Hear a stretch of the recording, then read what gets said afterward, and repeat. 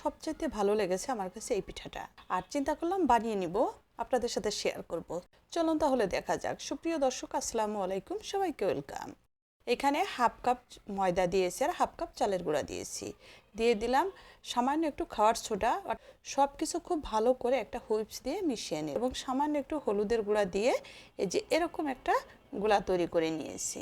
রোগী থেকে শুরু করে যে কেউ কিন্তু এই পিঠাটা খেতে পারবেন, কারণ এটা ঝাল পিঠা তৈরি করছি। ডিমটা নিয়ে গোলাটা তৈরি করে রেখেছি, গোলার ভিতরে দিয়ে আর হাফ হাফ তেল নিয়েছি, তেলটা গরম করে রেখেছিলাম, তেলের ভিতর দিয়ে দিলাম। দেখেন একবার চুবিয়ে এভাবে করে লাল লাল করে ভেজে তুলে নেবেন। একদমই কম টাইমের ভিতরে কিন্তু এটা হয়ে যায়। সকালে বাচ্চাদের টিফিনে এবং একজন মেহমান আসছে, হঠাৎ এরকম একটা রেসিপি নাস্তা তৈরি করে সামনে দিবেন, সবাই খেয়ে কিন্তু একদমই মুগ্ধ হয়ে যাবে। আপনারা অবশ্যই শেয়ার করে রেখে দিবেন এবং এই শীতের সময় সন্ধ্যায় এই পিঠাটা বানিয়ে ফ্যামিলিকে খাওয়াবেন।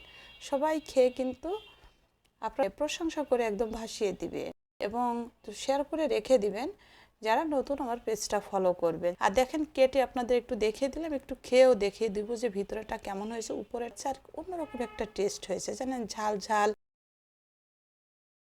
খুবই ভালো লেগেছে।